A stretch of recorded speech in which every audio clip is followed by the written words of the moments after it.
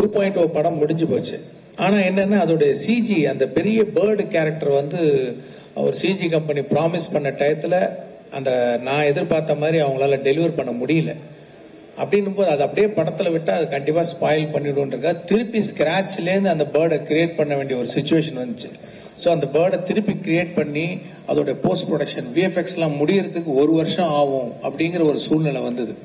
அதுக்குள்ள நான் அந்த கதையை நான் ரெடி பண்ணிட்டேன், சார்கிட்டையும் ஃபுல்லாக சொல்லிட்டேன். அவங்களும் வந்து அந்த கதை பிடிச்சிருக்குன்னு சொன்னாங்க. ஸோ பிப்ரவரி, அதாவது இந்த 2.0 வந்து நவம்பர் ரிலீஸ் ஆச்சுன்னு நினைக்கிறேன், அக்டோபர் ஆர் நவம்பர். பிப்ரவரியில் நாங்கள் ஷூட்டிங் போகிறதுக்கு ரெடி ஆகிட்டோம் இந்தியன் படத்துக்கு. சாரும் வந்து பிப்ரவரி டேட்ஸ்லாம் கொஞ்சம் ஒதுக்கி வச்சு போயிடலாம் அப்படின்ற மாதிரி சொன்னாங்க. அப்போ ரஹ்மான் பேக்ரவுண்ட் ஸ்கோர் பண்ணிட்டு இருக்காரு.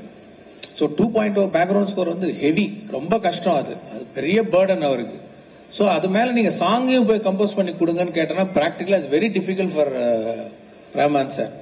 அப்படின்னும் போது படம் ஆரம்பிக்கணும், ஆனால் பாட்டெல்லாம் வேணும் அப்படின்னும் போது இந்த பக்கம் வந்து அனிருத்தருடைய மியூசிக் வந்து நான் ரொம்ப ரசிக்க ஆரம்பிச்சேன். நான் எல்லாருடைய மியூசிக் லைக் பண்ணுவேன், லைக் யுவன் சங்கர் ராஜா அண்ட் ஹாரிஸ் ஜெயராஜ், அப்புறம் சந்தோஷ் நாராயண் நல்லா பண்ணிட்டு இருக்காரு.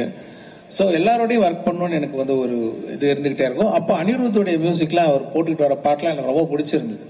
ஸோ அவர் இசையை நான் ரசிச்சிட்டு இருந்தேன். ஸோ இப்படி ஒரு சுச்சுவேஷன் வரவும் சரி, இது வந்து இதுக்கு மேலே பேர்டன் கொடுக்க வேணாம் ரஹ்மான் சாருக்குன்னு சொல்லிட்டு இந்த படம் வந்து அனிருத் பண்ணட்டும்னு சொல்லிட்டு டிசைட் பண்ணி அப்படி பண்ண படம் தான் அது.